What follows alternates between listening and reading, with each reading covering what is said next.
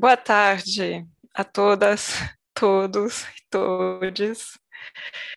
É, Peço desculpas pelo esse pequeno atraso, tivemos alguns problemas técnicos. É, Bem-vindas, bem-vindos, bem-vindes todos, todas, todes a essa terceira mesa do nosso projeto Entre Dramaturgismos. Esse projeto se dedica a refletir, questionar, imaginar o que é essa função do dramaturgista e se diferencia do dramaturgo, né? Essas palavras em português, o dramaturgo, a dramaturga, seria mais a pessoa que é responsável pela escrita de um texto a ser encenado. O dramaturgista, a dramaturgista é uma pessoa que tem muitas outras funções possíveis. O projeto começou na última quinta-feira, com uma primeira mesa que se interessou ao que é possível uma dramaturgista realizar dentro de um contexto de criação cênica, teatral. Ontem tivemos a segunda mesa dedicada a processo de formação dessa pessoa, e hoje vamos dar uma olhada um pouco mais ampla para a área cultural, sair do foco do teatro e olhar para a possibilidade desse papel dentro de uma instituição cultural. É algo que no Brasil não é tão comum, mas é mais comum na Europa e, mais especificamente, na Alemanha, na Bélgica, na Suíça, que são os lugares onde nossos convidados de hoje estão atuantes. É, nosso Esse projeto é uma correalização entre o Goethe Instituto São Paulo e o Goethe Instituto Porto Alegre, e ele tem como equipe curatorial, desculpa, o Antônio Duran, Daniel Córdova e Michele Rolim. Hoje é o Daniel Córdova que vai assumir a mediação dessa mesa, e eu já passo a palavra para ele poder apresentar nosso convidado e nossa convidada. Obrigado, Karine. Boa tarde a todas as pessoas que estão nos acompanhando aqui no Zoom e também pelo YouTube. Obrigado por estarem aqui com a gente hoje. Como a Karine falou, essa é a terceira conversa desse que é um primeiro bloco de atividades do evento, Entre Dramaturgismos. Eu queria desde já lembrar que o evento continua na semana que vem com mais uma atividade intitulada Espaço Aberto, Redes Possíveis, que é um espaço para troca e estabelecimento de contato entre pessoas interessadas ou já ocupadas da função do dramaturgismo no Brasil, para que a gente se conheça, troque e possa estabelecer novos diálogos e parcerias. E lembrar que para essa atividade em específico é preciso fazer uma inscrição prévia na página do evento, no site do Goethe, até amanhã, às 6 da tarde. Então, queria mencionar aí esse prazo. Como a Karine também já mencionou, nas mesas de ontem e anteontem, a gente enfatizou a experiência dos nossos convidados e convidadas, que são pessoas que representam uma primeira geração de dramaturgistas que atuaram e atuam, seguem atuando, em processos de criação contemporâneos e também envolvidos com a formação de novas gerações. E reunindo os diferentes conhecimentos desses mestres e mestras, a gente falou, como a Karine já mencionou, sobre a ideia do dramaturgismo nos processos de criação cênica na quinta-feira, e também ontem deu espaço para pensar, imaginar, ou discutir as possibilidades de estudo e formação em dramaturgismo no nosso contexto.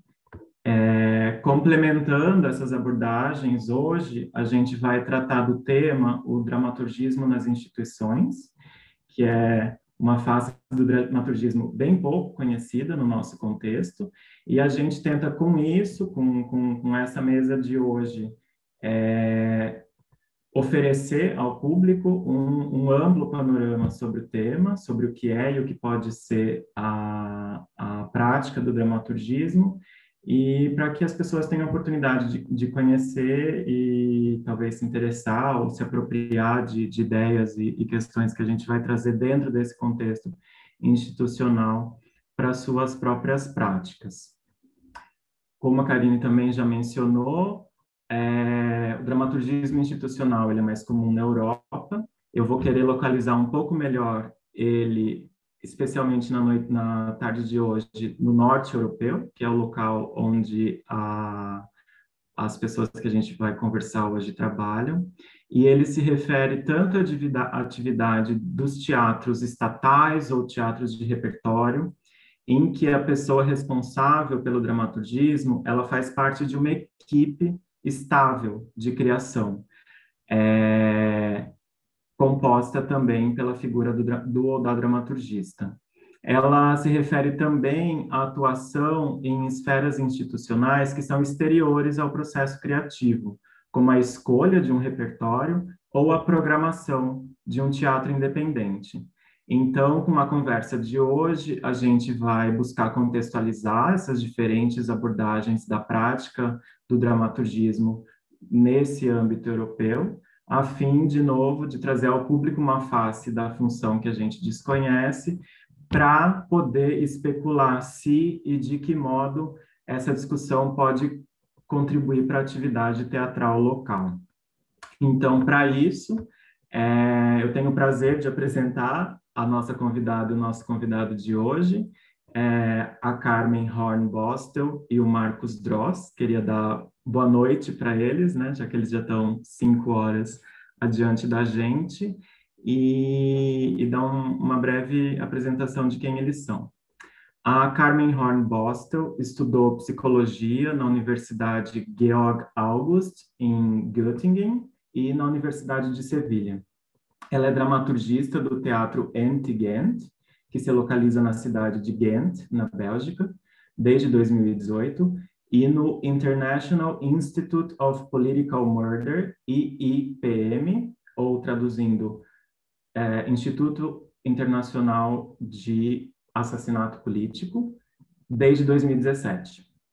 Ela trabalhou como colaboradora dramatúrgica em General Assembly, ou Assembleia Geral, de Milo Hall, estreada na Schaubühne am Lehniner Platz, em Berlim, em 2017, e La Reprise, estreada no Teatro National Wallonie-Bruxelles, em 2018, e apresentada na MIT-SP de 2019 com o título A Repetição, Histórias do Teatro 1.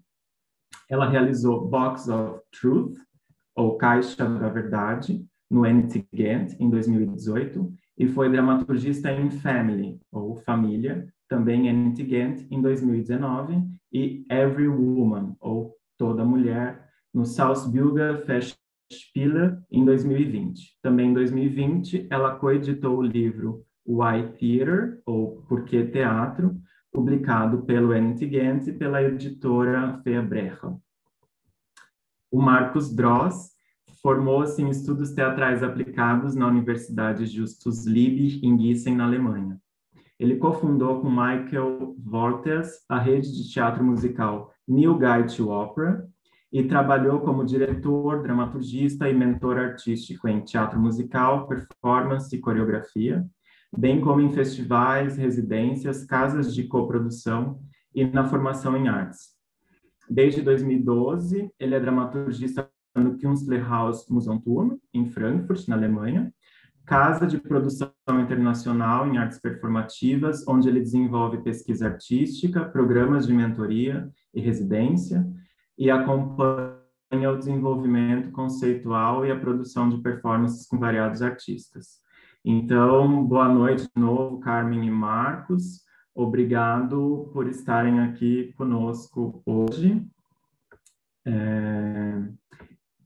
Eu vou propor a seguinte dinâmica: eu vou fazer uma primeira série de perguntas para eles, umas 4 ou 5 perguntas para os dois, e de modo que eles possam ir respondendo livremente. Assim a gente vai começando uma discussão entre a gente, primeiro com algumas perguntas assim mais tentando contextualizar o trabalho deles e o que eles fazem exatamente, e depois algumas outras questões mais específicas para tentar colocar todo mundo que está aqui hoje nos acompanhando num possível chão comum.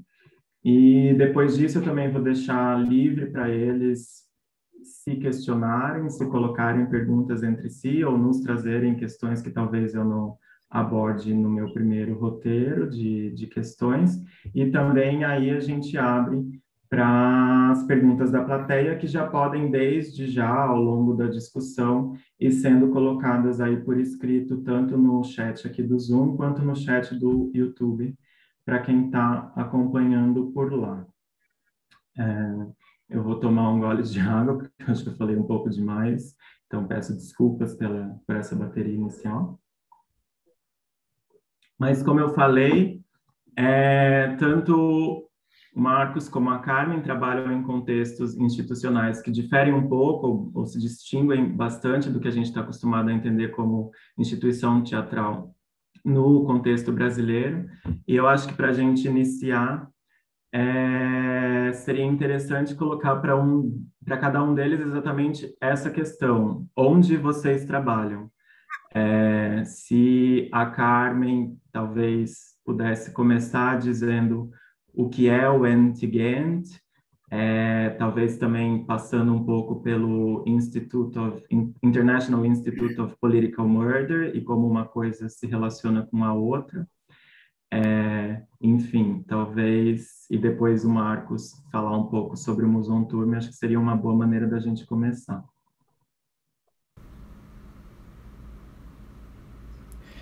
Bom, ótimo. Então eu vou começar diretamente. Em primeiro lugar, muito obrigada pelo convite. Estou muito feliz por estar aqui hoje. Bom, onde eu trabalho? Eu trabalho na instituição o Teatro Municipal em Ghent, Ghent, na Bélgica, e ao mesmo tempo para um grupo IIPM, que é um grupo independente. Eu tenho as duas influências.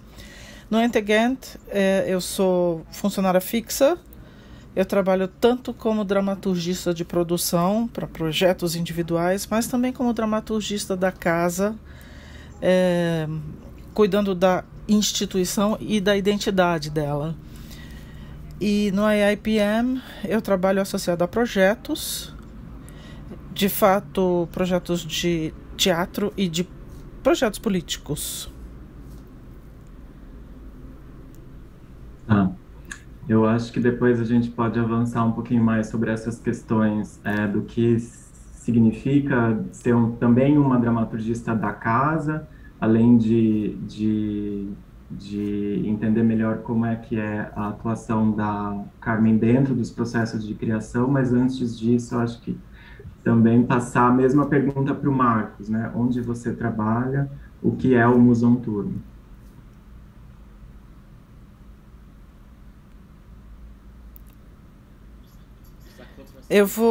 Boa noite, eu vou falar um pouquinho sobre o Musonton.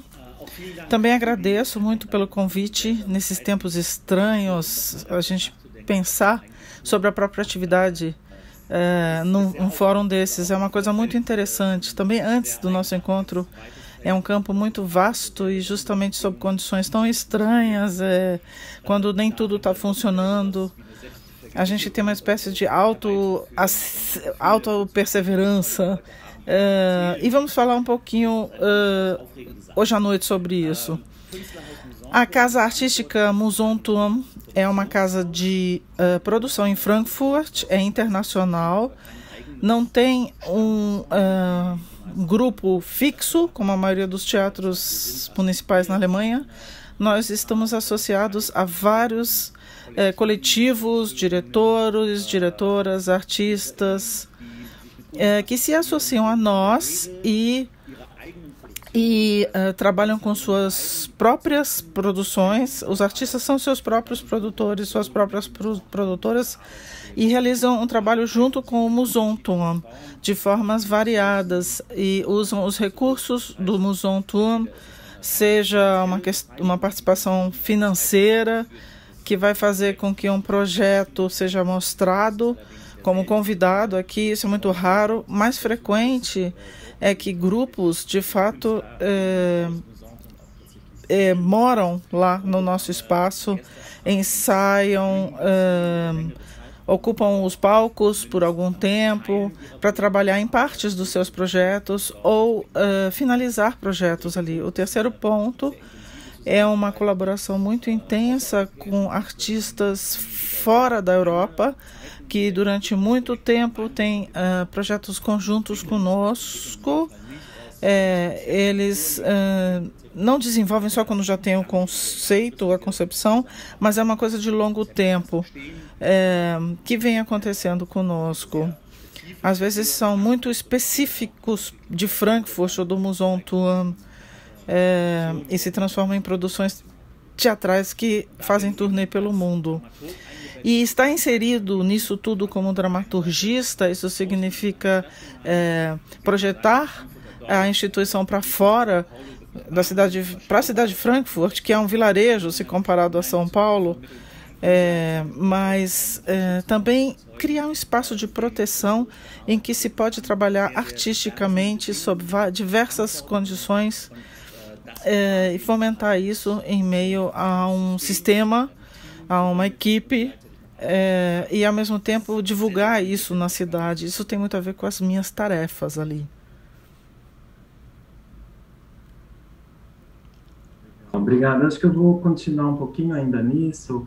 Talvez pedir para os dois, aí, independente quem quiser começar, situar um pouco dois sistemas, talvez a gente possa dizer assim, nos quais, de um lado, o Ent-Gent e do outro, o Museumturm se insere, que são termos ou conceitos que a gente não tem também o conhecimento aqui, que eu gostaria de trazer para o público, que de um lado são os Stadttheater, ou teatros estatais, teatro municipal, como a Carmen, né, definiu o Ent-Gent, é um teatro que faz parte da infraestrutura cultural da cidade, mas isso também é um modo de organização que existe na Alemanha e pode ser tanto do ponto de vista municipal como também estadual. E de outro lado, o Museumturm, que é uma casa de produção que se posiciona dentro do que se chama Freie Szene, ou cena livre, cena independente, uma tradução mais literal, uma tradução mais usual, assim, que eu poderia fazer. Se vocês dois pudessem também falar um pouco para a gente sobre esses contextos, de um modo um pouco mais amplo, aí indo do local onde você trabalha para o contexto onde você se insere, o Stadttheater e a cena independente.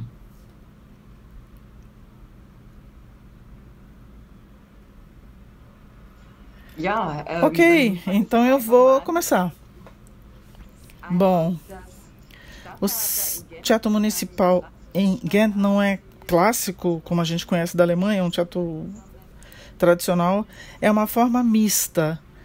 Ele usa as vantagens de um teatro municipal e as estruturas existentes, como um financiamento garantido a longo prazo, assim como uma equipe fixa, aproveitar essa equipe e combinar isso com as vantagens que se tem na cena independente, que permite uma flexibilidade maior, uma turnê maior internacional, associações internacionais, projetos maiores. Ou seja, o Ent-Gent, por um lado, é local e se ocupa da cidade e da inserção na cidade, os temas que são importantes lá, mas também tenta se abrir e dizer, é uma troca entre local e global. E como é que a gente pode criar um intercâmbio aqui? A gente traz temas mundiais para Ghent e temas de Ghent para o mundo. Esse é o sistema que a gente persegue e a gente se encontra sempre entre tradição, ou seja, tradição teatral, mas também tradição cultural de Flandres ou da Bélgica, mas também criar utopias. Como podemos pensar de outra forma? O que nós aprendemos? O que nós podemos mudar? É sempre um intercâmbio entre tradição e utopia e um espaço experimental. E nós produzimos nós mesmos.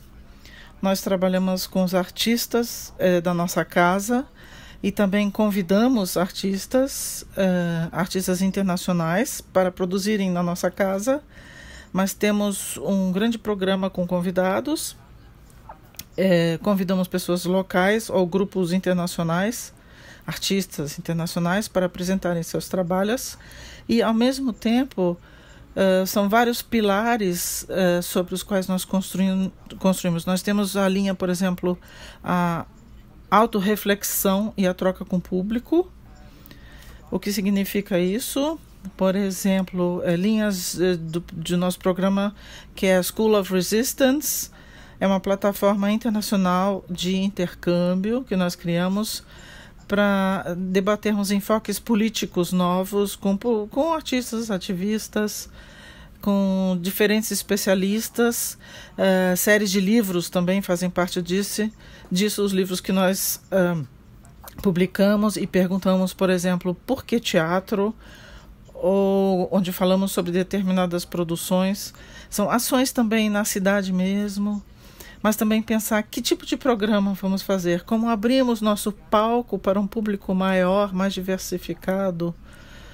É para um público internacional e local, tudo isso. Eu vou deixar o Marcos falar um pouquinho, acrescentar um pouco. É muito interessante também no sentido de que a forma clássica e tradicional do dramaturgista do Teatro Municipal não existe mais nesse sentido. No Ente-Ghent também. Talvez você possa falar mais sobre isso depois, porque eu não sei quando aconteceu essa reforma. Isso tem a ver com a tradição do teatro, qual a influência do Milorral, ele criou alguma cisão, enfim, o que ele compreendia como instituição e dramaturgista, condições de trabalho que são definidas pelos contextos, pelos conteúdos também, muito importante.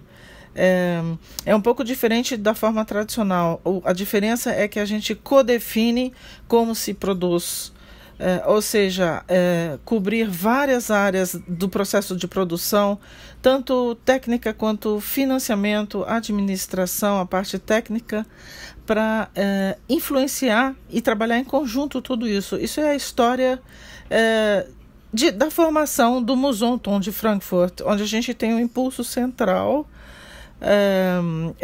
Por exemplo, esse local que há 25 anos foi ocupado por artistas, que era uma fábrica de sabonete, de sabão, e dissemos, vamos ficar aqui, porque o que falta é um espaço em que a gente possa determinar os fatores do nosso trabalho de forma substancial, e um lugar em que podemos determinar o que queremos. O interesse do Teatro Municipal sempre teve as mesmas formas que eram reproduzidas, e justamente a gente quer sair desse tradicional e criar outras formas de produção. E se a gente for olhar na história, a história do Musanton, a gente vê que isso tudo, toda essa transformação se transforma ela própria numa instituição.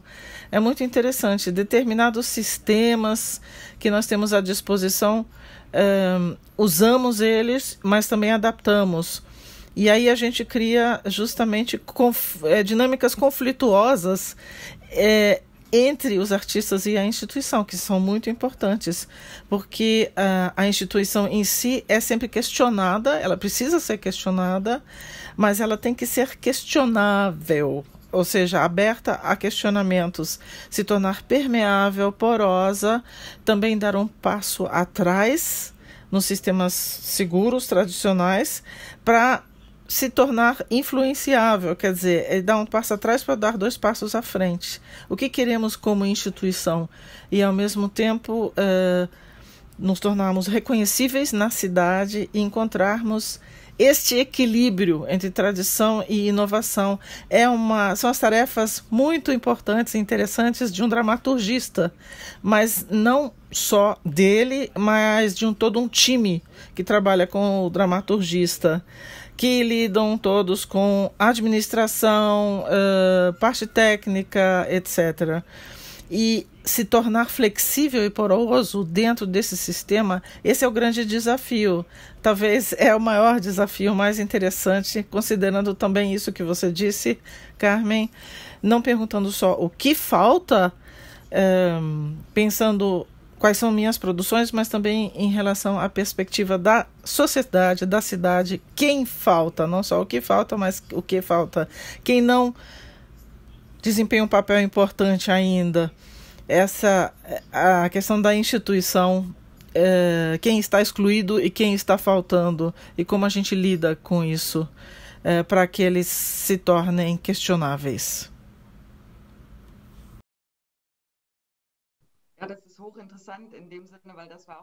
Isso é muito interessante nesse sentido, porque é a grande questão que eu coloquei à equipe de artistas quando eles entraram no teatro clássico municipal.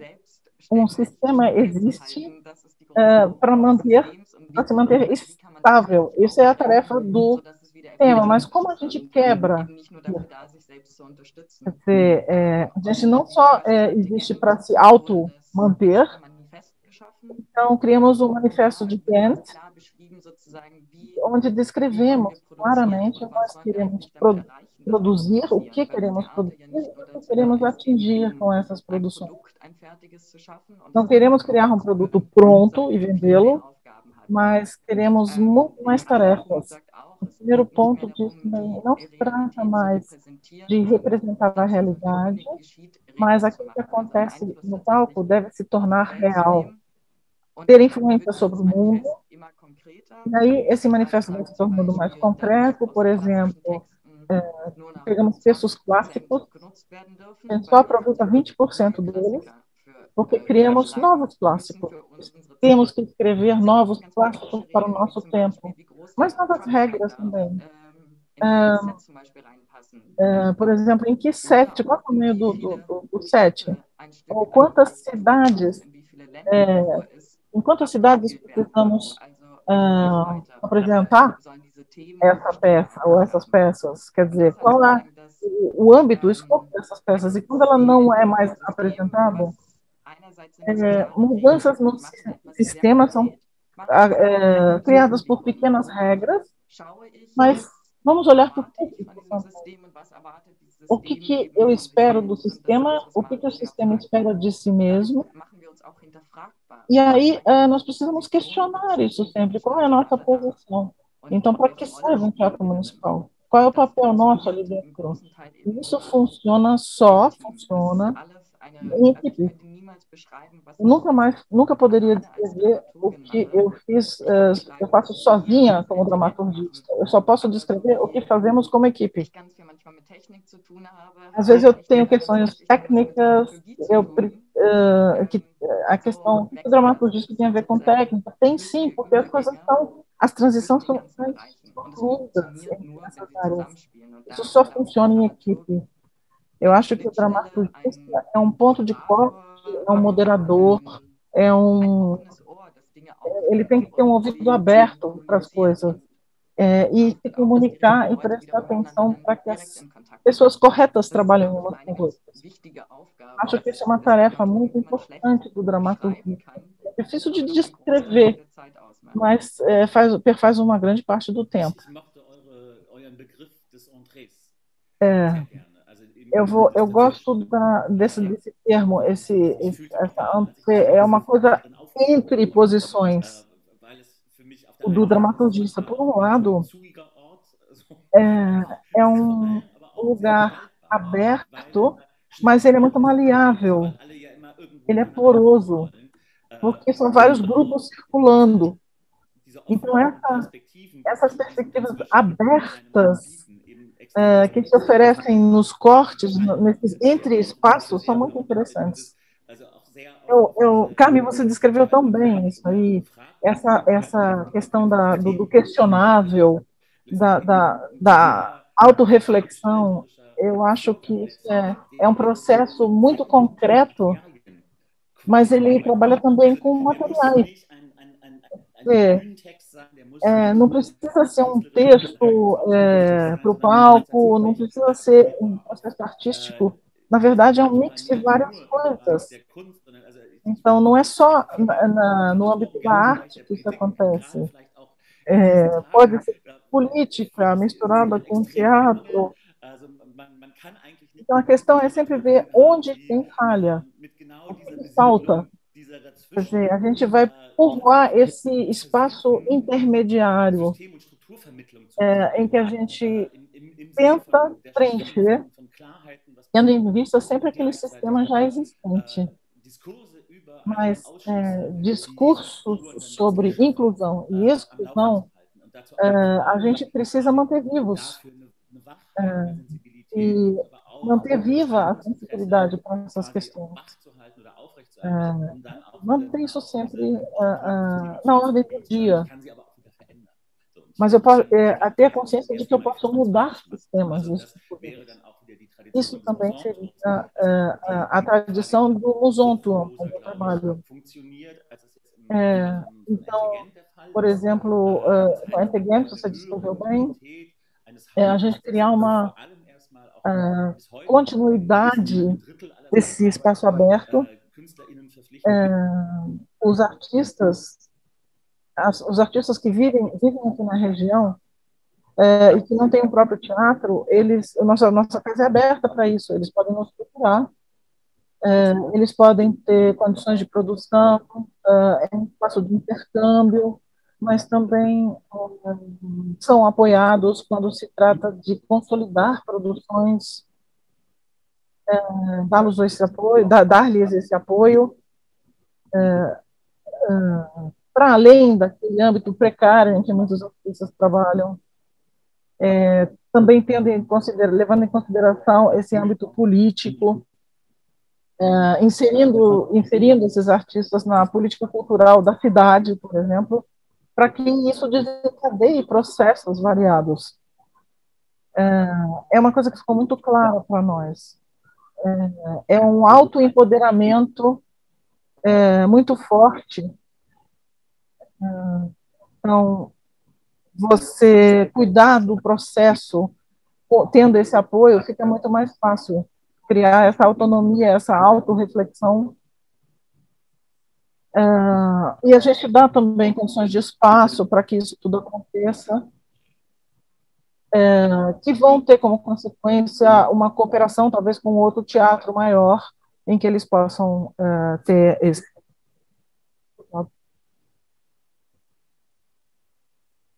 Você pediu o contexto, né? Porque nós temos o Musonto e antes se tem esse espaço de corte entre essas duas instituições.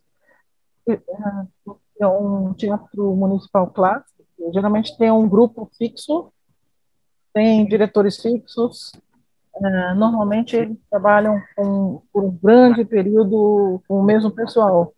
E é justamente que o Antegem do Musonto é uma maior flexibilidade, uma flexibilização disso. As duas casas não estão atrelados aos seus parceiros da casa. É diferente do teatro clássico municipal alemão, por exemplo. Então, a gente é muito permeável, muito flexível as outras duas instituições. Então, o Antegem tem essa flexibilidade. A gente trabalha a longo prazo, mas também, na verdade, a gente não monta a peça pensando assim, esse ator combina com aquela personagem daquele texto. Não, a gente flexibiliza bastante. Eu só queria dizer isso porque eu não tinha certeza se ficou claro, mas então achei bom repetir. Legal, obrigado.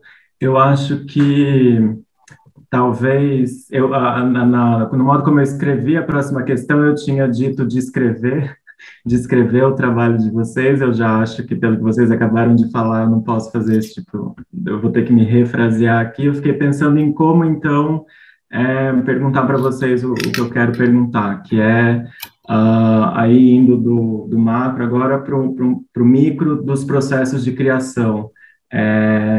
Talvez como eu pergunto é se vocês pudessem narrar, então, talvez um processo de criação ou uma cooperação artística, no caso do Marcos, e para a gente poder ter a oportunidade de entender também, dentro dessa maleabilidade e desse constante questionamento e dessa constante rearticulação das funções e dos trabalhos de acordo com o conteúdo do que está exatamente sendo colocado em jogo ali, como daria para narrar dentro dessa complexidade a sua atuação específica, né, como dramaturgista dentro de um processo de criação, dentro de um contexto de teatro municipal, no caso do Antigente, ou de uma casa de produção como o Muson Tour, né?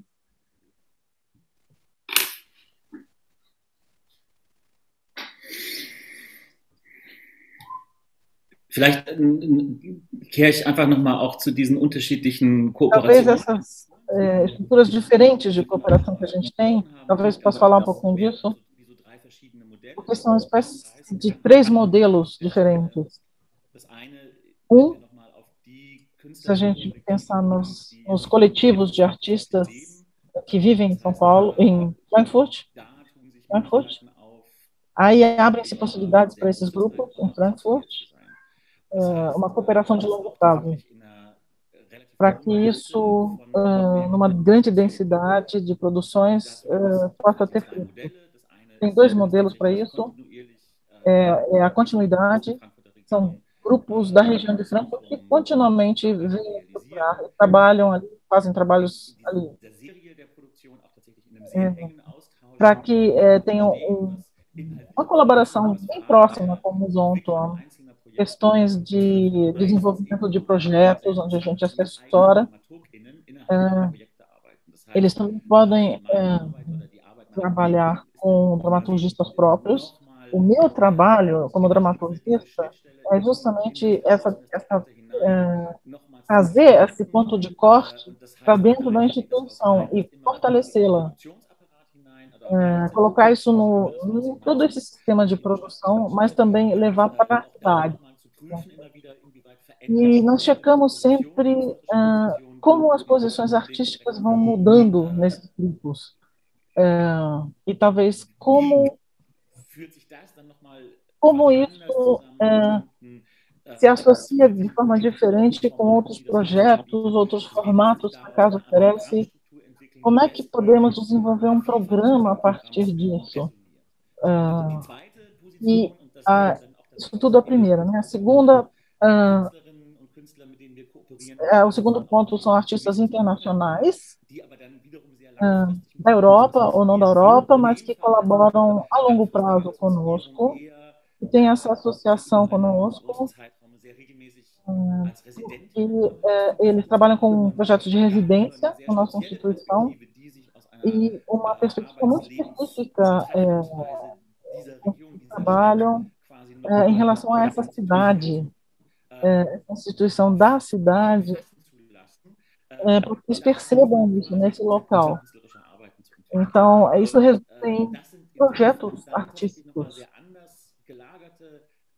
E depois ainda temos a questão do dramaturgismo nesse processo em que essa ideia artística é desenvolvida.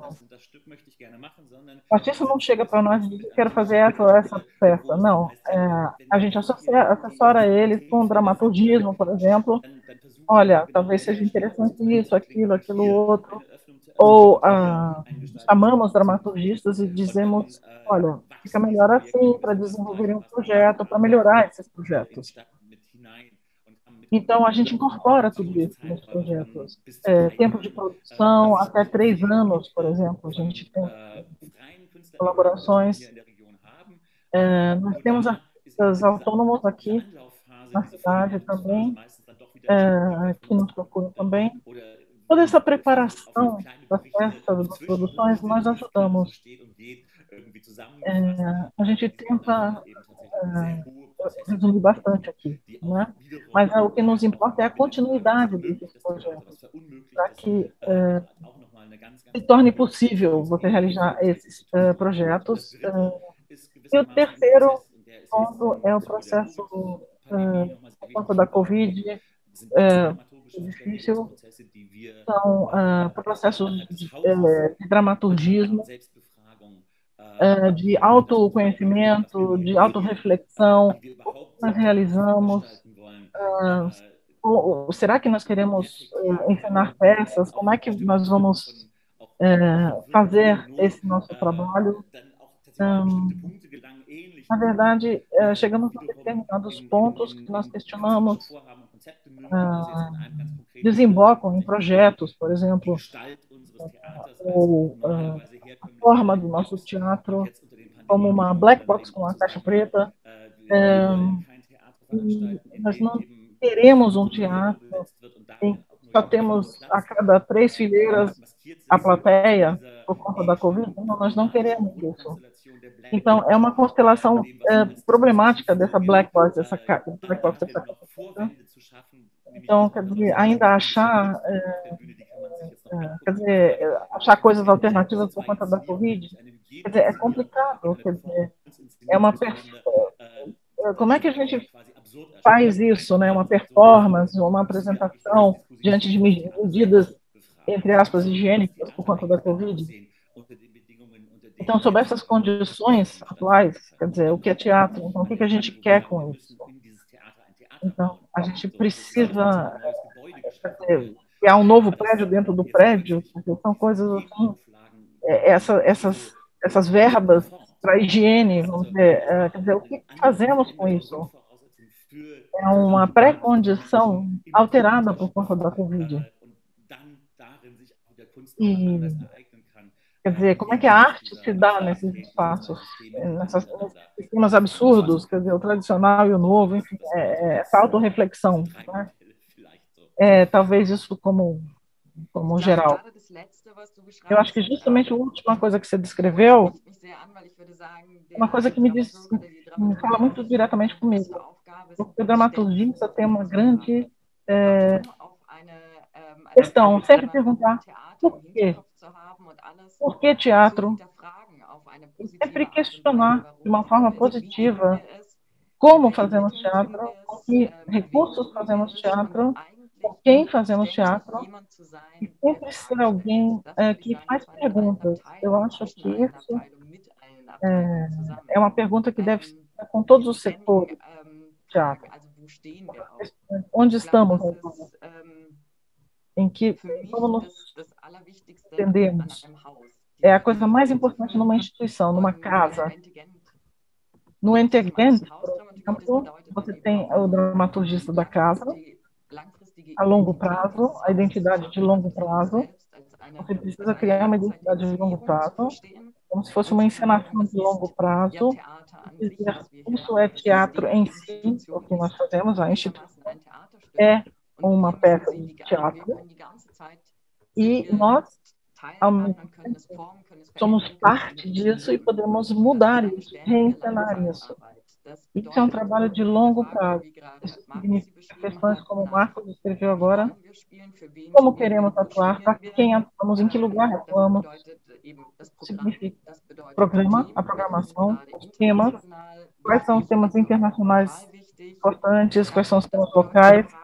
Isso também significa questões como nos posicionamos com sustentabilidade. Isso tem a ver com teatro ou não? E como lidamos com essa questão de forma artística, mas também de forma pragmática, porque nós somos uma empresa também. E sempre essa diferença, esse gap entre empresa e arte, e tentar juntar esses dois. É uma das tarefas do dramaturgista da casa, preencher esse espaço intermediário e dissolver esse contraste, para ver e fazer com que funcione. Esse é um lado, e o outro, o Muson com essas cooperações, por exemplo, o dramaturgista de produção, o de longo prazo fazemos em equipe, não são só os dramaturgistas, mas muito mais pessoas trabalhando nisso. Quem convidaremos, qual é a programação, quem queremos apoiar. Eu quero, por exemplo, a Universidade da Cidade, ou com ONGs, no mundo todo, nós trabalhamos com o Médico Internacional, ou o Projeto no Brasil com o MST. Então, são diferentes coisas que nós pensamos na nossa casa, para onde nós queremos nos voltar. Depois, no dramaturgia de produção, independente do time maior, trabalharmos em projetos específicos. Aí são as tarefas clássicas de produção. Para mim é pesquisa. Como não temos textos clássicos, é a pesquisa que eu faço. E, por sua vez, junto com a equipe toda, criar um texto, com a equipe toda, criar coletivamente, o que no teatro clássico, a gente não adapta os textos clássicos, mas a gente reescreve eles. A gente não corta eles, a gente reescreve textos, escreve novos. Depois manter produções e apresentar after-talk, aqueles debates, o que nós podemos fazer nas escolas com isso, e links nós podemos criar. Eu acho que isso é sustentabilidade da produção. Não só como produzimos, mas o que acontece depois com a nossa produção. Está um pouco nessa sustentabilidade. A quem nos dirigimos? Eu acho que é o que são tarefas importantes. Nossa. Também muito importante se a gente pensar nessa questão emancipatória. É um passo emancipatório, porque essa função no norte da Europa de transmissão de algo é uma coisa que se gastou. Então, justamente esse entre-lugar que você citou é importante. Esse passo, por exemplo, fizemos um produto, agora tem um setor que vai fazer a mediação desse produto. Isso não funciona mais hoje em dia. Desde o início, essa questão precisa estar colocada. A quem nos dirigimos, quem queremos atingir. Então, o que essa instituição produz, na verdade, em termos de conhecimento? Na verdade, essas coisas são assustadoras e nós vemos, nossa, mas como podemos mudar esses processos tão calcificados, vamos dizer assim? Então, reconhecer como, durante muito tempo, podemos trabalhar com questões engessadas. Assim, poxa, é um teatro ancorado na cidade. Você banaliza isso. Você fala, nossa, tem 126 países reunidos e fazem um monte de coisas e olha para o nosso público. Bom, nós vamos ter 12 países representados e os outros 110. Nós precisamos abrir muito mais o nosso teatro. Nesse sentido, eu falo da autorreflexão, né? A gente acaba entrando num ritmo seguro, né? Porque já corre automaticamente e reconhecendo isso, como é que a gente trabalha com isso? Com esses processos que a gente deve aos artistas também.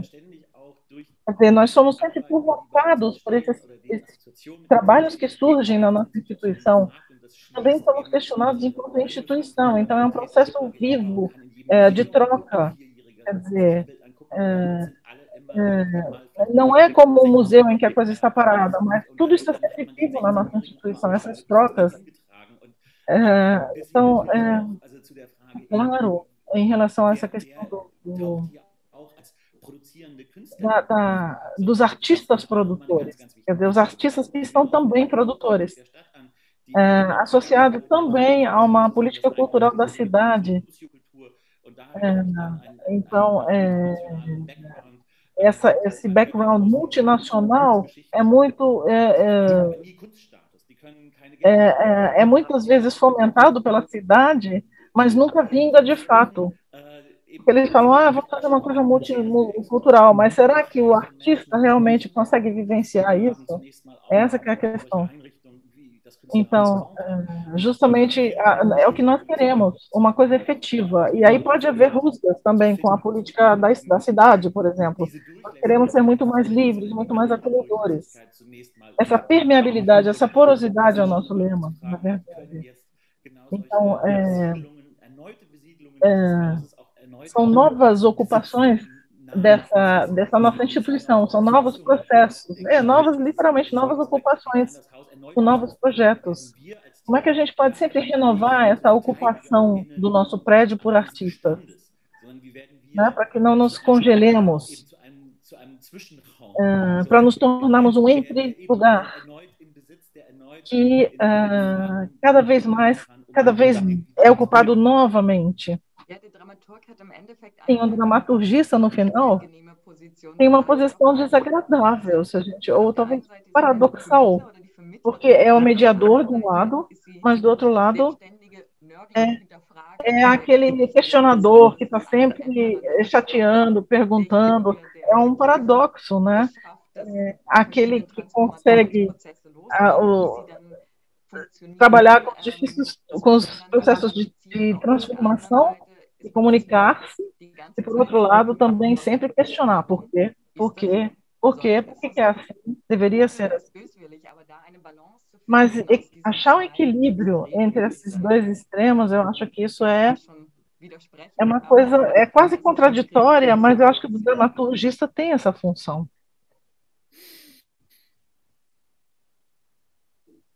Legal.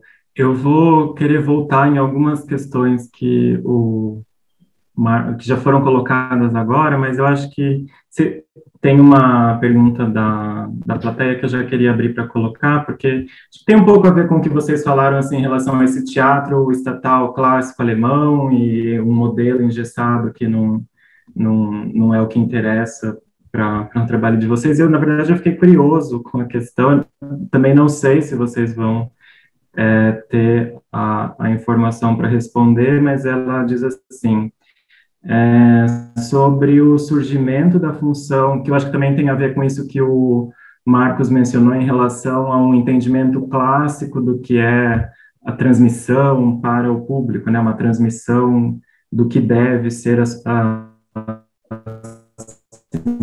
pelo público. Ele traz para um outro lugar aqui, que é sobre o surgimento da função dramaturgista no teatro alemão.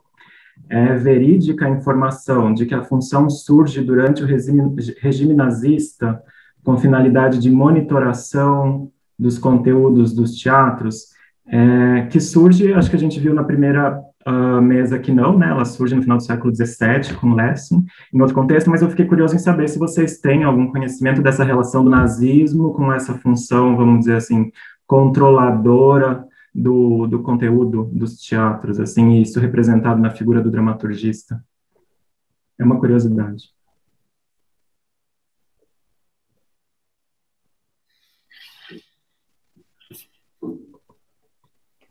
Also ich müsste in diesem Sinne wirklich passen und Markus, an Markus. Passo nesse sentido. A questão do nazismo, do dramaturgo, né, controlador, eu não conheço os contextos muito bem para falar sobre isso. Talvez o Marcos saiba. Eu também não tenho conhecimento específico a esse respeito. Claro que houve formas extremas de censura, mas se o dramaturgista... enfim, eu acho que não havia mulheres dramaturgistas naquela época, duvido. O homem é uma espécie de censura. Isso é possível, plausível, né? Imagino, mas eu não tenho mais informações, não teria esse conhecimento. Mas é um tema muito interessante. Então, esses pontos, na verdade, os pontos parecidos, assim, ele fala desse susto, dessa coisa assustadora, que de repente você toca alguns pontos que há muito tempo são prática de um teatro. O que eu acho interessante no Zonton, a gente olha programas antigos, então havia questões sobre discriminação, etc. Mas eu leio esse texto dos programas antigos, eles usam um vocabulário, quer dizer, você não tem como fazer isso hoje, o vocabulário usado há tempos atrás, sem você criar protestos. Então, a gente parte de uma perspectiva diferenciada. A herança colonial, por exemplo, Tem muitas peças que tratam disso. Então, a gente sempre precisa dizer, não houve, não havia atividades colonialistas. O Museu que antigamente era uma fábrica de sabonetes. Então, como era a atuação dessa fábrica de sabonetes, que é onde hoje é o Museu, como é que ela agia em questões colonialistas? Será que ela tem influência? Quer dizer,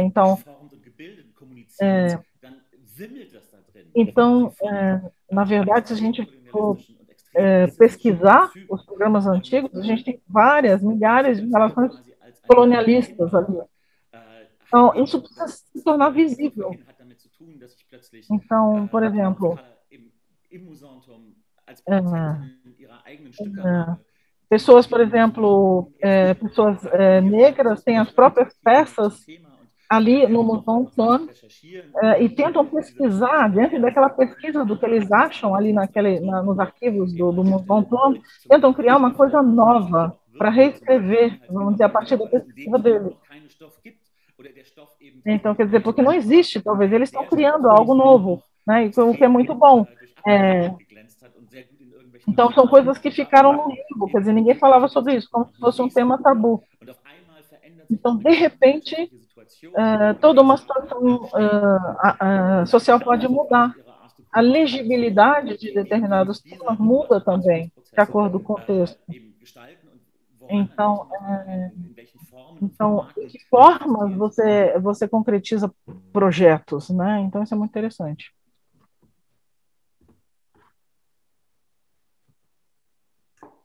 Obrigado. Eu vou tentar continuar em dois temas que já apareceram agora e seguir com eles, assim, me associando a perguntas que apareceram da plateia também, assim. Eu acho que o Marcos já começou a falar um pouco na fala anterior dele sobre a realidade da pandemia e que transformações alternativas e desafios ela trouxe para o contexto teatral ao longo do último ano, e se ele e também a Carmen quiserem se colocar um pouco mais e aprofundar um pouco mais essa relação e do ponto de vista do trabalho deles, o que é atividade, quais são os desafios da atividade teatral no contexto pandêmico que a gente vive, e seguindo do que o Marcos colocou agora, eu vou também, enfim, contextualizando vocês já contextualizaram os ambos teatros como, assim, instituições que são internacionais, né, e que têm esse lastro colonial que continua e que se mantém, assim. Eu queria colocar para vocês, de novo, essa questão, para vocês tentar poderem falar mais sobre ela, como é que vocês lidam com essa questão desse lastro colonial, pensando também que vocês estão como espaços internacionais, lidando constantemente com trocas entre norte global e sul global, né, o que estaria nesse pano de fundo de trocas coloniais, como essa questão se implica no trabalho de vocês, e talvez associar também a pergunta que veio da Julian Correia de Aquino, que diz assim: que medidas concretas são tomadas por ambas as casas, Ent Gent e Museu Turm, para promover a diversidade no corpo gestor das suas instituições? O dramaturgista teria alguma influência nesse sentido? Então, só resumindo, assim, 3 pontos, então: contexto pandêmico, trocas norte-sul e diversidade na gestão.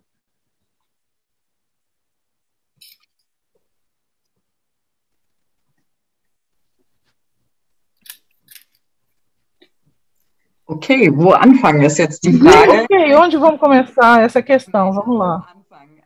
Do fim ou do começo? Vamos ver. O Marcos falou agora sobre diversidade, esse tema, eu vou continuar aí, o gancho, porque já abordamos, tocamos de leve pontos. São várias estruturas que a gente tem atenção. Falamos, por exemplo, sobre o público, para quem fazemos teatro, para produzir uma diversidade, para que não sejamos exclusivos, um espaço exclusivo fechado por um grupo específico da sociedade. E o que fazemos ali é trabalhar com muitas organizações. Então, quer dizer, nós convidamos diversos grupos para virem ao teatro, para assistirem, e isso está em associação direta aos conteúdos que levamos ao palco. Então, nós não apresentamos clássicos no sentido tradicional, nós também atingimos outros públicos. Nós temos um projeto em Mossul, trabalhamos lá também, mas trabalhamos também com muitas organizações com pessoas engajadas, podemos criar uma associação colaborativa no processo dessa peça e atingimos com isso um outro público, que é isso que é muito importante. Também temos outros projetos, como uma peça para surdos mudos.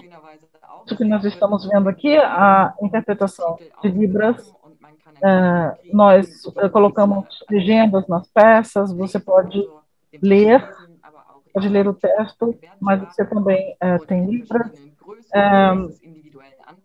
sinais, e isso tudo são projetos que nós fazemos porque são inclusivos, são muito importantes. Falei muito, acho, mas vou continuar um pouquinho.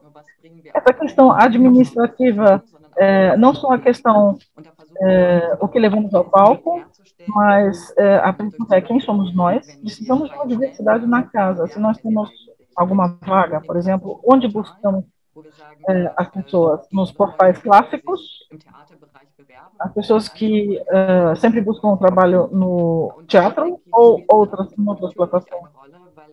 E é claro que o dramaturgista tem uma importância aí, porque ele é responsável pela auto-reflexão da casa, para saber, por exemplo, nós olhamos para ver quantas mulheres estão na nossa equipe, quantos homens, em que posição eles ou elas estão. Então, será que a nossa casa não tem barreiras? Ela é acessível a cadeirantes, por exemplo? Então, eu acho que o dramaturgista tem essa função também, esse questionamento, o porquê, que eu mencionei anteriormente. Diversidade em todas as áreas, público, no palco, na arte e na administração. Obrigado por você mencionar isso, a acessibilidade. Quase os 3 pontos que você citou são importantes para nós também. A situação da pandemia e esses efeitos da pandemia sobre o dia a dia de trabalho, de prestação do trabalho, isso foi parou, mas outros, por exemplo, os ensaios, os apartamentos, estão abertos. Em alguns momentos, acelerou determinados processos. Por exemplo, há muitos anos, discutiu-se agora um processo de sensibilização de toda a equipe, entre os 40 funcionários e funcionárias. Quer dizer, você tocar nessa questão da sensibilização para essas questões. Então, questão de acessibilidade, na verdade, a sensibilização para isso ficou muito mais forte, muito mais rápida do que se fosse em tempos normais. Então, a gente quer também artistas com limitações físicas para que tenham acesso à nossa casa. Então, a densidade da nossa instituição precisa ser porosa mesmo e não e derrubar desafios, obstáculos que, na verdade, são empecilhos para a criação. Então, a gente acompanha todos esses processos e eu acho que isso, de fato, não é a única área importante, mas esse ano também fez com que determinadas concepções da casa, grandes festivais, por exemplo, o próximo passo levou a determinadas coisas, por exemplo, o dramaturgista fica em segundo plano. Quer dizer, agora acontecem eventos, por exemplo, grandes festivais, eventos em que eu não participo, né? Eu quero participar de outros processos, de produção, etc., mas menores. Eu dou a outras pessoas coordenarem esses grandes eventos, que são, por exemplo, grandes espetáculos com verbas gigantescas. Eu me retraio diante disso, porque eu quero me ocupar de processos pequenos, né? Por exemplo, como é que eu monto a minha equipe? E esse passo é, é, é muito importante. Quer dizer, que modelos de teatro a gente tem, não só de teatro, mas projetos institucionais que ficaram evidentes nessa pandemia, que acabam se tornando modelos para uma nova forma de colaboração no trabalho. E aí a gente volta à questão das perguntas, que são muito mais radicais, as questões. Então, possibilidades de realização são discutidas. Quer dizer, questionar a própria instituição, às vezes, essa separação que a Carmen mencionou, às vezes eu não estou nesse espaço intermediário, mas eu tento chegar nele. Às vezes você entra no automático e justamente a gente precisa se tornar observador de processos que nós ainda não realizamos conosco mesmos. Então, você tem uma desaceleração de alguns processos. Como é que você vê os colaboradores na equipe? Então, temos muito que aprender ainda. Eu acho que, nesse sentido, a pandemia possibilitou isso.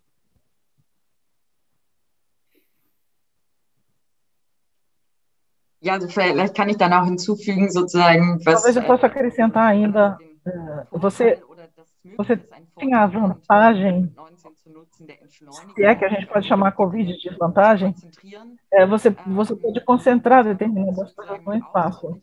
No nosso caso foi assim também, eu achei muito interessante, ficou muito claro para nós a dificuldade dessa empresa de um lado e a arte do outro, tentar juntar esses sistemas. Ficou muito claro durante a crise do corona. Por um lado, como lidamos com nossos colaboradores, nossas colaboradoras, e cuidados nós tomamos, não só na instituição, mas na cidade. Precisam de nós ou não precisam de nós na cidade? Será que abordamos os temas corretos para que mostre que as pessoas precisam do teatro? Ou será que somos apenas um entretenimento e deveríamos ajudar onde podemos? Então, como é que nós cuidamos dos nossos colaboradores? A outra questão podemos nos concentrar na questão da sustentabilidade social, como outras também, biológica. Essa desaceleração eu achei que podia ser aproveitada. Parecia um tema muito complexo, que definirá todo o futuro. Ao mesmo tempo, nós ainda temos 8 anos e meio para mudar alguma coisa, dizem os cientistas, porque o tempo corre. Então, essa questão da sustentabilidade é importante, como o teatro se comporta. É um tema tão grande, e agora com a pandemia, a gente pode se debruçar sobre esse tema. Que modelos nós podemos aplicar na nossa área? Nós podemos aproveitar o tempo agora para começar essa discussão, não adiar essa questão. Então, essa lacuna possibilitou que pudéssemos discutir essa questão não só modelos criativos novos, mas também dizer que modelos existem e, assim que abrirmos, está tudo pronto para começarmos com esses novos modelos. É isso que é a vantagem que eu vejo a partir dessa pandemia. E em relação ao terceiro ponto, Daniel levantou a terceira questão ali, a questão da ligação entre norte e sul global, como lidamos com isso. A Bélgica tem uma história colonial horrorosa no Congo. Isso é um tema muito atual para nós, mas também associado à diversidade muito fortemente. O que é muito importante para nós nós pegamos o tema e tentamos trabalhá-lo com outros assuntos candentes. Por exemplo, uma coisa são os fatos, esclarecimento, o que acontece nas escolas, a formação, mas o que de fato podemos fazer que tem uma consequência direta. Por exemplo, tivemos um projeto com a IMCM. No sul da Itália tivemos um projeto do Evangelho, contar o Evangelho de uma forma diferente. Quem seria Jesus hoje e o que ele pregaria se ele vivesse hoje, em termos de reformas sociais? Então, surgiu um filme com o primeiro Jesus negro, um ativista que lutava pelos direitos dos trabalhadores e das trabalhadoras, dos refugiados, que não podem trabalhar legalmente e que são explorados. Então, na verdade, são tomates que a gente compra nos supermercados europeus sem perguntar de onde eles vêm. Então, existe uma grande campanha para um produto plantado de forma sustentável, em que grupo, onde isso é produzido, para falar desse consumo sustentável. Determinadas casas foram devolvidas aos refugiados porque estavam vazias. Então, coisas concretas, resultados concretos nesses lugares internacionais. Outro exemplo, por exemplo, no Amazonas, por exemplo, trabalhamos com o MST, Sem Terra. Temos uma troca constante, é um processo, somos uma equipe mista de vários países, não só da Bélgica e do Brasil, mas também da Alemanha, da Suíça.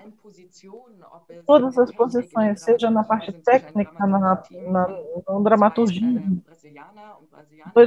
dois brasileiros, dois da Bélgica, da Suíça. Isso é muito importante, que seja um processo coletivo.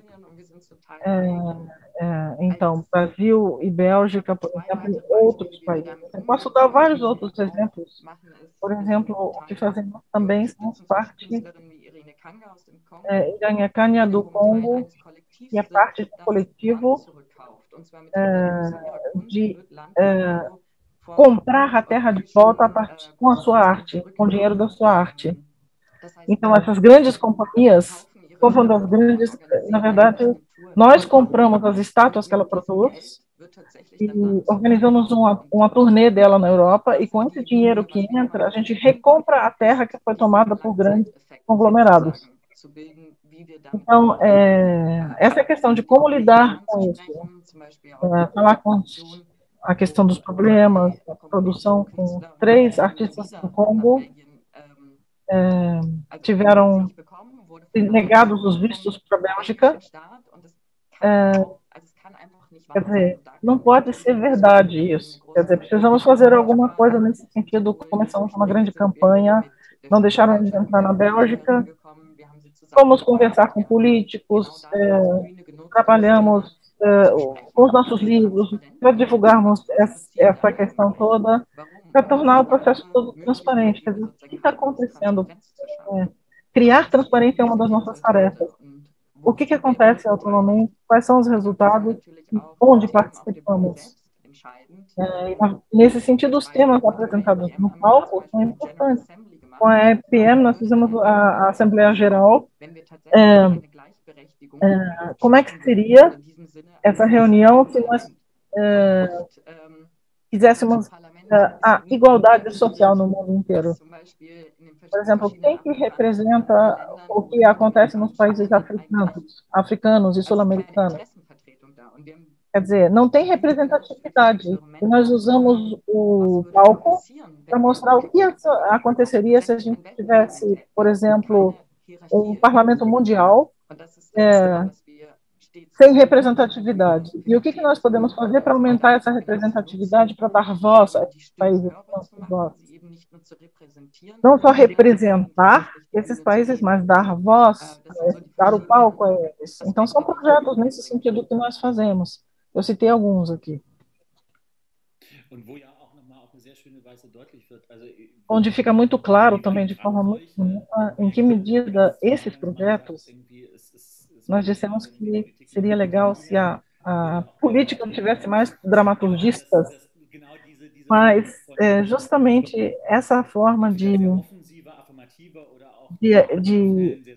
ofensivas muito positivas e outras práticas também, falar com parceiros, instituições parceiras, para fazer uma coisa conjunta, desenvolver formatos para, por exemplo, ajudar pessoas que não têm status legal na Alemanha, por exemplo. De que forma nós garantimos a sobrevivência dessas pessoas na Alemanha, a moradia delas. Né? Então, criar com isso uma consolidação do status dessas pessoas para evitar que elas sejam deportadas. Então, fazer projetos nesse sentido, criar projetos para criar situações estáveis para essas pessoas. Justamente aí trata-se dessa forma híbrida de arte. Isso, possivelmente, também é uma transformação daquilo que nós entendemos como prática estética até agora. Isso que apresentamos nas nossas casas, essa expansão da prática estética. Nós falamos sobre a sociocultura, nós temos aí essa penetração com a sociedade, essa maleabilidade, essa porosidade, mas também fala de práticas políticas. Você descreveu isso agora, essa necessidade dessas delegações ou criar grupos, né? Voltar a cooperadores. Essas casas iniciam uma iniciativa desse tipo, mas vai criando novas formas e novas redes de cooperação, de interinstitucionais ou de outras formas. A questão é importante, quem inicia um projeto desse? Essas assimetrias que acontecem muito com fomento, projetos de fomento. É muito bom quando o governo federal coloca milhões à disposição para financiar projetos com artistas africanos, por exemplo, mas, ao mesmo tempo, as estruturas são desiguais. Existe uma assimetria entre quem dá o dinheiro e quem produz. Então, a gente quer criar uma equivalência entre produção e quem ajuda, quem financia, quer dizer, os meios de produção e os produtos. Então, a gente tem realmente uma simetria maior. Não, um lá em cima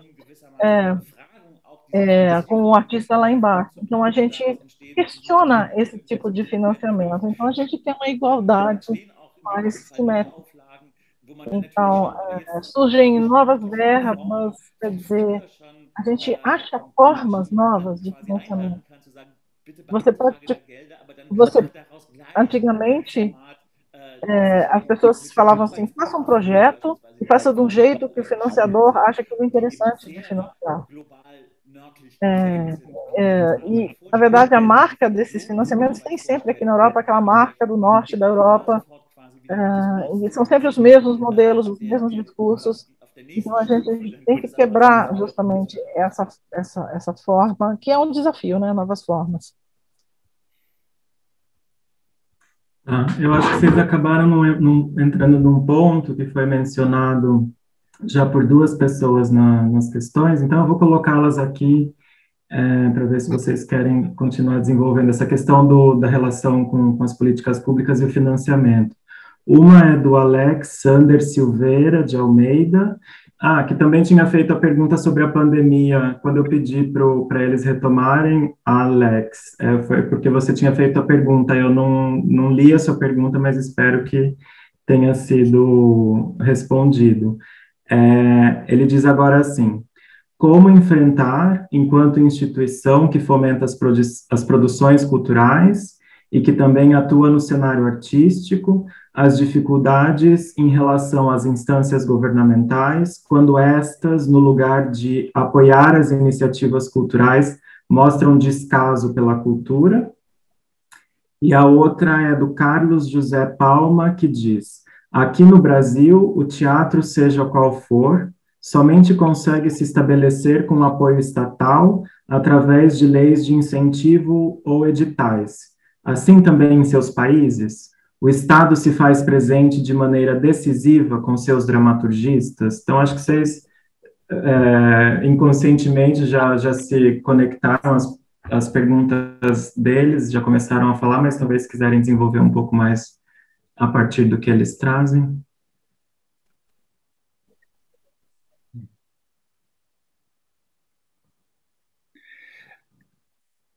Ich kann auch erstmal sagen, mindestens ein Drittel meiner Zeit. Dizer, um terço do meu tempo eu gasto fazendo pedido de dinheiro para financiamento de projetos.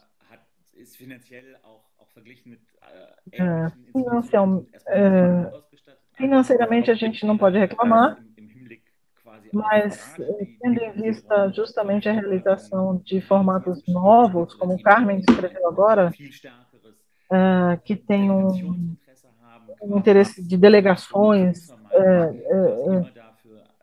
para nós é difícil conseguir, a gente precisa por outros meios, suplementações outras.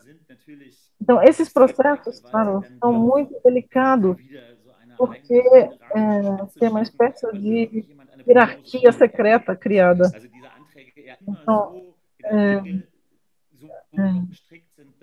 Então, é uma coisa meio hegeliana, quer dizer, os projetos, eles são daquele jeito, engessados, você tem que pedir de um jeito. Então, é uma espécie de esboço, você segue um modelo, e ele é medido por essa adaptação às regras, né? Então, lentamente, parece que está tendo uma mudança nesse sentido. Então, esse fomento nacional, o fomento à cultura na Alemanha é uma questão dos estados, cada um dos estados, e o federal, eles só fomentam projetos de ponta. Então, agora se tornam possíveis fomentos a projetos de uma nova forma, mais flexível, em que você cria hipóteses de cooperação, em que você pode formular de forma diferente, não tão engessada, naquela forma clássica, tradicional dos projetos, né, dos pedidos de verba, e você pode conseguir financiamento de projetos longos, ao longo do tempo, que obriga, no final, esses grupos a produzirem aquilo que foi financiado. Isso está melhorando, então isso é muito bom. São áreas muito delicadas que a gente escreveu agora, mas existem também essas novas possibilidades de fomento, um novo posicionamento das instituições, e criar novos espaços livres, e não ocupar esses espaços hierárquicos, um aqui, outro ali, por meio do financiamento de cima para baixo. É uma questão de responsabilidade também das instituições, né? Essa questão do desequilíbrio de financiamento. Mas agora a gente está entrando nessas ondas, nesse equilíbrio um pouco não tão hierarquicamente estruturado, e essa expansão que a Carmen descreveu, para onde olhamos, que público queremos, que formas de cooperação queremos, nós nos reconstruímos a partir dessa nova versão. Então, são processos que só surgiram nos últimos 5 anos, mas antes não existiam, então é um bom sinal que a coisa está mudando. Eu acho que o Marcos descreveu isso muito bem, eu não tenho muito o que acrescentar. O que eu ainda posso dizer, tanto do Entry quanto do IPM, é a troca importante entre força de trabalho das várias instituições. Quer dizer, colaboradores que não estão associados ao Estado.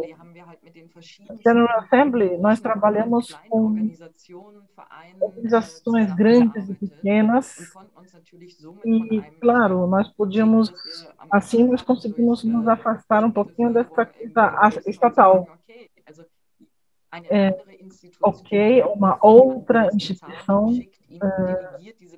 paga os funcionários, que manda esses delegados para a nossa instituição. Quer dizer, a gente vai se libertando daquela fonte de financiamento única soberana lá em cima, então é uma coisa mais, dá um pouco mais de liberdade para a gente com vários grupos, né? Claro que nós, como teatro público, nós recebemos verba do Estado, mas também da cidade. Então, esperam algo da gente, porque a gente recebe esse financiamento.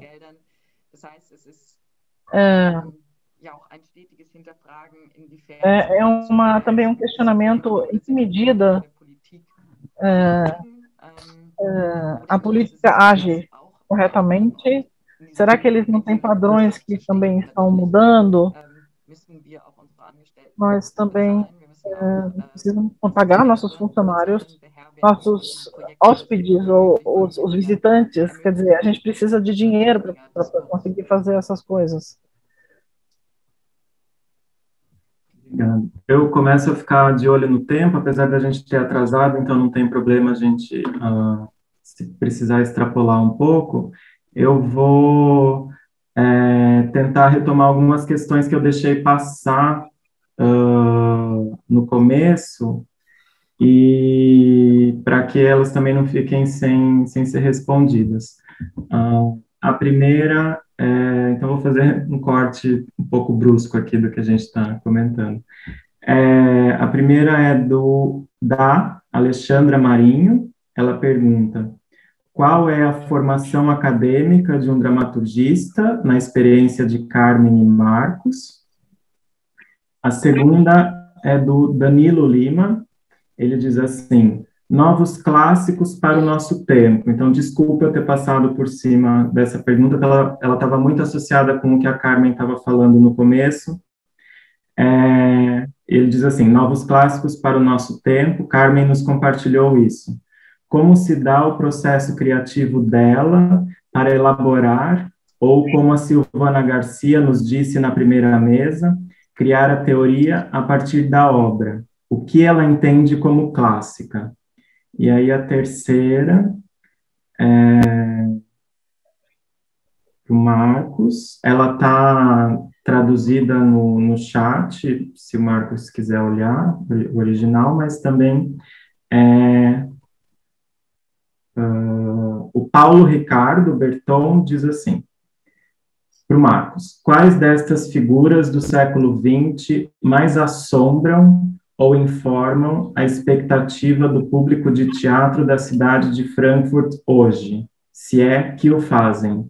O teatro experimental de Handke e Paiman no Theater in der Turma, nos anos 60, ou a teoria pós-dramática de Lehmann nos anos 90? Se vocês precisarem, depois eu posso repetir as questões, né, que elas são bem diversificadas.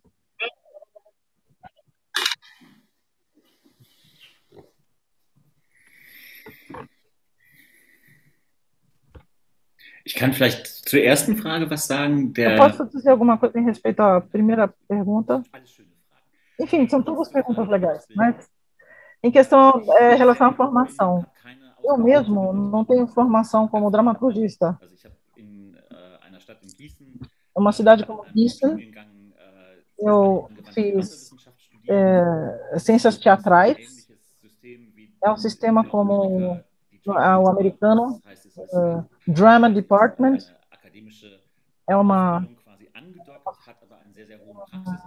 mas tem uma parte muito prática. não tem artigos, atores, atrizes.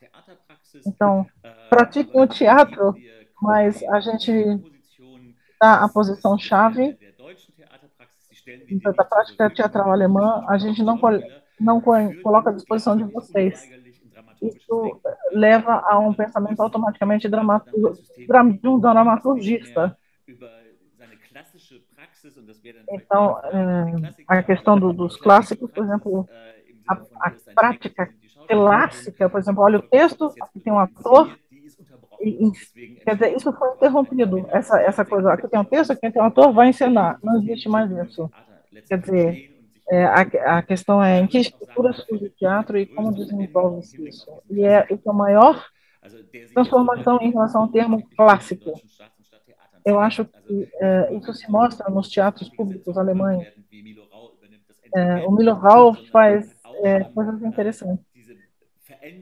Essa transformação do clássico, por exemplo, uma obra clássico de uma nova forma de produção, com compreensões diferentes do que é clássico.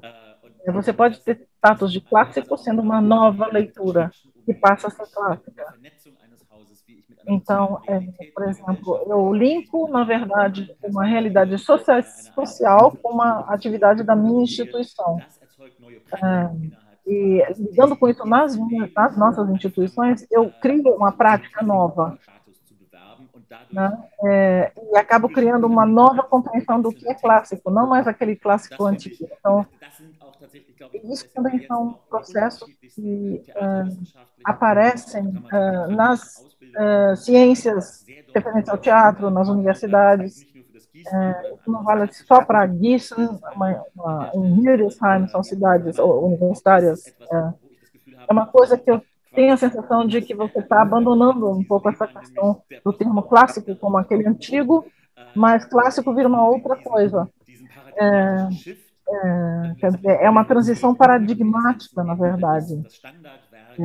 A obra standard, a obra padrão, quer dizer, é substituída por práticas, na verdade. Então, na prática, você vê o que se transforma, o que muda. Quer dizer, o novo estável nesse sistema é o que? O que acontece na nossa prática teatral? E daí você constitui conteúdos, podem se transformar numa performance ou em alguma obra interminável. O que interessa mais é o processo, e não tanto a obra. O processo é altamente interessante.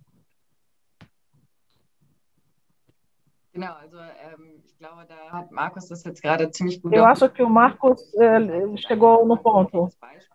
Eu posso dar um exemplo concreto do Ghent, o que significa para nós, no nosso manifesto de Ghent, nós colocamos aqui, queremos atores e atrizes não profissionais. Eles não só queremos, mas eles precisam ser não profissionalizados. Podemos usar um texto clássico, um texto de Ésquilo, lá em Mossul, nós fizemos um texto clássico de Ésquilo, perguntando como reensinaríamos esse texto hoje. Como é que eu posso interromper o ciclo de vingança? Então, essa é a questão que nós colocamos nesse processo. Como podemos quebrar esse ciclo de vingança? As formas de narrativa atuais, as palavras de hoje, as histórias de hoje, elas dizem algo em relação a essa questão. A questão de base é a mesma, essa questão da vingança, mas ela vai produzir uma outra escuta, uma outra forma de reagir a ela, outras palavras para falar sobre ela. Então, quantas pessoas vão morrer daqui para frente por causa disso? Como que vamos lidar com a morte? Temos várias peças de teatro que lidam com a morte, mas a questão é, como é que eu posso representar a morte no palco? Eu posso representá-la com um ator e uma atriz? Eu posso exigir isso dela, da atriz ou dele, do ator? Ser humano morrendo? Então, são essas as questões. Como representar a morte? Então, essa questão do autoquestionamento, como é que eu trago isso para o palco? Eu não quero representar algo, eu quero tornar algo real. Então, isso tem a ver com as histórias, como as contamos, como as narramos, com o vocabulário de hoje, a nossa realidade. Eu também não acho respostas à questão da formação a partir da minha própria prática, porque eu sou psicóloga formada. Mas eu sempre fui muito ao teatro. Também quis ser atriz durante algum tempo, eu tive vontade de ser atriz, então eu fui muito ao teatro. Então a dura realidade dessa profissão ficou clara para mim. E então eu trabalhei como psicóloga e percebi que eu estou num cosmos que tem pouco espaço de ação, de atuação. De atuação, eu queria trabalhar na sociedade, eu trabalhava com indivíduos, mas eu queria trabalhar com a sociedade, me faltava a oportunidade para agir. Em inglês, a gente tem o termo to act, você tem esse to act, você tem como, no alemão, a gente tem um termo, um conceito no teatro, no alemão, e no inglês a gente tem esse verbo, né, to act, essa junção entre ficção e realidade, to act, agir e também agir, atuar, é atuar e agir ao mesmo tempo, significa essas duas coisas, to act, atuar e agir, e é isso que me faltava, então, atuar nesse sentido, agir. Então, esse drama cósmico, para mim, adaptar esse drama cósmico a uma pessoa é complicado. Então, você tem que proporcionar isso, colocar isso numa proporção que seja humana. Ouvindo você falar, eu lembrei dos projetos que mencionamos em relação a essa questão da formação. Muito fácil. A gente pode até brigar nesse sentido, quer dizer, ou discutir. É ainda formação muito acadêmica em relação à diversificação dessa formação, quer dizer, mas tem aquelas pessoas que sentem mais atraídas pelo teatro do que por essa formação acadêmica. Então, tem muito a ver com a pessoa. O que diz mais, o que fala mais com ela diretamente? É o teatro ou é a parte acadêmica mais racional? Então, e aí você pode criar essa fantasia, essa imaginação. Eu quero me formar de outra forma. Esse contexto acadêmico ainda é muito classicista, ele é muito clássico, e aí fica faltando essa parte da prática do teatro. Então, e aí você vai buscar, muitas vezes, uma formação artística. Quer dizer, o teatro, enquanto local, ele espelha esse conflito, né, essa diversidade, aparecem essas várias coisas ali. Então, por exemplo, alguns são associados à Academia Artística do Estado de Hesse, por exemplo, que se reúnem ali e levantam questões sobre a formação mais teórica, mais prática. Então, eu acho que é aquela coisa, aquilo que vocês mencionaram aqui do Handke, é aquela coisa, essa coisa de assustar-se, essa coisa de se assustar, a gente também continua se assustando com essas coisas. E a gente precisa ver como a gente trabalha dentro desses contextos. O que a gente vai fazer? A gente vai mudar essa situação? Quer dizer, a gente compartilha esses medos, essas sensações que vocês têm. Vamos nos juntar e tentar, sei lá, juntar a teoria e prática de uma forma diferente, cooperativa. Também, por exemplo, ousando algumas coisas. Quer dizer, tendo a segurança de que você cria projetos e pode pôr na mão de alguma pessoa para realizar. Quer dizer, nós podemos mudar estruturas de fazer teatro, etc. de fazer teatro. A gente pode modificar isso. Então, eu acho que o perfil do dramaturgista, do diretor, ele vai mudando de acordo com a mudança dos tempos também. Porque eles se encontram em processos diferentes, né, e que vão mudando. Legal. Eu não vejo mais nenhuma questão no chat, então talvez seja possível a gente manter a programação original de encerrar às 5, também em respeito às pessoas que se programaram para estar aqui até às 5.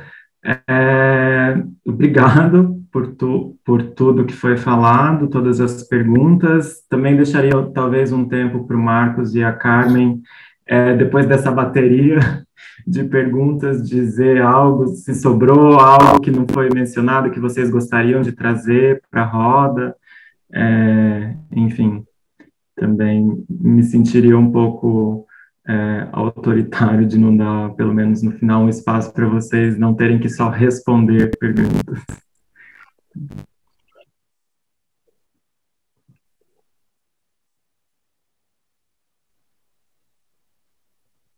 Ich würde mich sonst bedanken, also auch tatsächlich für die Fragen, also weil wir... Não, eu agradeceria simplesmente pelas perguntas. A gente está numa janelinha aqui do Zoom com carinhas, 4 carinhas visíveis, e agradecer pelas perguntas. Pelas perguntas a coisa se intensificou e proporcionou a gente pensar sobre o assunto, né? Foi muito bom. Muito obrigado pelo convite, dessa autoconsideração pandêmica aqui, foi muito bom. Muito obrigado por tudo isso. Eu me alio a isso, muito obrigada. É sempre bom falar sobre esse assunto por tanto tempo, e não por 20 minutos, então foi muito legal. A cortina cai, até agora eu não sei o que é dramaturgismo, até hoje eu não sei ainda, mas a cortina vai cair e a pergunta fica em aberto. O pano cai. Legal. Bom, obrigado mais uma vez por terem topado estar aqui com a gente hoje. Obrigado também a todo mundo que acompanhou e que fez as perguntas. Eu acho que eu me expressei um pouco mal na minha última fala. Eu só queria dar um espaço para eles trazerem alguma questão que talvez não tivesse sido colocada. Mas fico também muito feliz de que a gente pôde construir coletivamente esse diálogo com todo mundo que também se colocou no chat. Eu acho que eu queria só lembrar de novo que a gente continua o evento Entre Dramaturgismos na semana que vem com um espaço aberto. Esse evento não vai ter transmissão pública, mas vai ser um espaço de troca e diálogo entre pessoas interessadas em conhecer outras pessoas para trocar e dialogar sobre dramaturgismo. Para isso, é preciso se inscrever na página do evento no site do Goethe até amanhã, domingo, às 18 horas. E, enfim, mais uma vez agradeço também a algumas instituições de ensino, universidades e escolas que nos auxiliaram na divulgação do evento e trouxeram vários alunos. A gente sabe que várias das pessoas que estão aqui com a gente hoje são alunos dessas instituições, que são o curso de teatro da Universidade Estadual do Rio Grande do Sul, o curso de teatro do Instituto Federal Fluminense, a SP Escola de Teatro, Centro de Formação das Artes do Palco, o Departamento de Artes Cênicas da Escola de Comunicação e Artes da USP, CAC-ECA USP, e a Auxélia Helena, Centro de Artes e Educação. Então, mais uma vez agradeço, boa tarde para quem está aqui, boa noite, bom fim de sábado para o Marcos e para a Carmen, e eu passo de volta para a Karine fechar.